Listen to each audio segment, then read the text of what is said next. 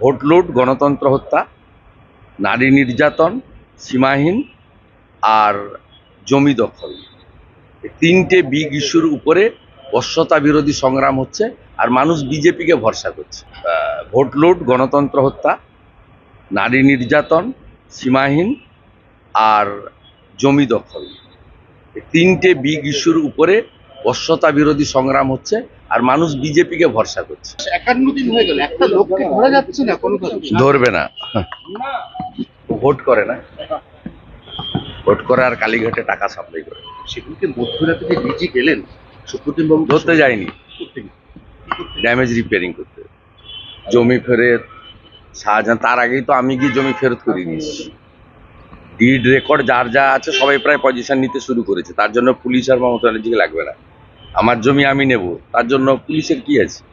ওই জমি ফেরত করতে। আর উনি জেলিয়াখালী বলে যে জায়গাটা আমার যাওয়ার কথা আছে, সেখানে গেছিলেন শিবু হাজরার ম্যানেজার ভানু মণ্ডলকে খুঁজতে, এবং উনি বলে এসেছেন যে শাহজাহানের ব্যাপারটা সিবিআই ইডির মামলা, ওটা আমাদের হেডেক নয়, উই আর নট ইন্টারেস্টেড। উনি গেছেন ড্যামেজ কন্ট্রোল করতে, কারণ উনি তো এখন পার্টিরও প্রেসিডেন্ট। সুব্রত বক্সিকে কোথাও দেখা যায় না। ওই কাজটা রাজীব কুমারকে মমতা ব্যানার্জি দিয়েছে। আপনি তো নিজে নন্দীগ্রামের সময় থেকে রাজনীতিতে ছিলেন সক্রিয়ভাবে, এই সন্দেশখালী কি দ্বিতীয় নন্দীগ্রাম হতে চলেছে? হ্যাঁ, বশ্যতা বিরোধী সংগ্রাম। এখানে নন্দীগ্রামে যেগুলো ছিল সবগুলোই আছে। ওখানে ল্যান্ড অ্যাকুইজিশন দিয়ে শুরু হয়েছিল।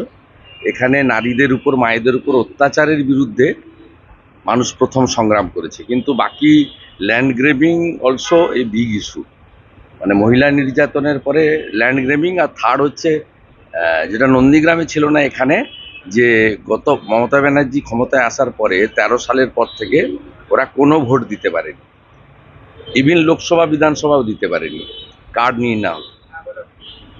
অর্থাৎ ভোট লুট, গণতন্ত্র হত্যা, নারী নির্যাতন, সীমাহীন আর জমি দখল, এই তিনটে বিগ ইস্যুর উপরে বশ্যতা বিরোধী সংগ্রাম হচ্ছে। আর মানুষ বিজেপিকে ভরসা করছে। আমি ওখানকার যারা বামপন্থী ভোটার তাদের সঙ্গে কথা বলেছি, বলেছে না, আমরা বিজেপিকে ভরসা। ও সেদিন তো আপনারা দেখেছেন বিন্দা করাতে তো হাইকোর্টের পারমিশন লাগেনি, যেহেতু সিপিআইএম করেন, সেটিংটা আছে। তা বিন্দা করাতরা ছিলেন, আমিও ছিলাম।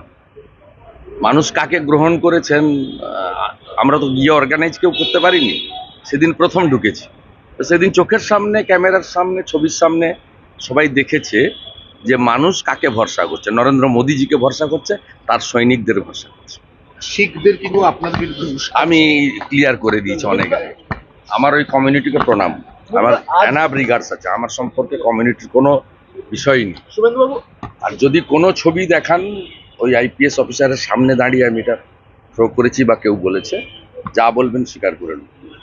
ও ম্যানুফ্যাকচার পিকচার ভয়েস, এর সঙ্গে আমাদের দলের কোনো সম্পর্ক নেই। উস্কাচ্ছে শিখদের না না, এটা করে মুসলিমদের উস্কায়, এনআরসির ভয় দেখায়। অনন্য ব্যানার্জি যখন খ্রিস্টানদের অ্যাটাক করেছে তখন ডেরেক ওব্রায়েন আর মমতা ব্যানার্জির মুখ বন্ধ থাকে। 51 দিন হয়ে গেল, একটা লোককে ধরা যাচ্ছে না কোনোভাবে। ধরবে না, ভোট করে না, ভোট করে আর কালীঘাটে টাকা সাপ্লাই করে। সেগুলোকে মধ্যরাতে যে ডিজি গেলেন সুপ্রতিম বাবু ধরতে যায়নি, ড্যামেজ রিপেয়ারিং করতে, জমি ফেরত শাহজাহান। তার আগেই তো আমি গিয়ে জমি ফেরত করে দিয়েছি।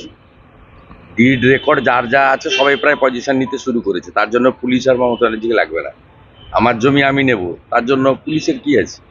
ওই জমি ফেরত করতে। আর উনি জেলিয়াখালী বলে যে জায়গাটা আমার যাওয়ার কথা আছে, সেখানে গেছিলেন শিবু হাজরার ম্যানেজার ভানু মণ্ডলকে খুঁজতে, এবং উনি বলে এসেছেন যে শাহজাহানের ব্যাপারটা সিবিআই ইডির মামলা, ওটা আমাদের হেডেক নয়, উই আর নট ইন্টারেস্টেড। উনি গেছেন ড্যামেজ কন্ট্রোল করতে, কারণ উনি তো এখন পার্টিরও প্রেসিডেন্ট। সুব্রত বক্সিকে কোথাও দেখা যায় না। ওই কাজটা রাজীব কুমারকে মমতা ব্যানার্জি দিয়েছে। আপনি তো নিজে নন্দীগ্রামের সময় থেকে রাজনীতিতে ছিলেন সক্রিয়ভাবে, এই সন্দেশখালী কি দ্বিতীয় নন্দীগ্রাম হতে চলেছে? হ্যাঁ, বশ্যতা বিরোধী সংগ্রাম। নন্দীগ্রামে যেগুলো ছিল সবগুলোই আছে। ওখানে ল্যান্ড অ্যাকুইজিশন দিয়ে শুরু হয়েছিল।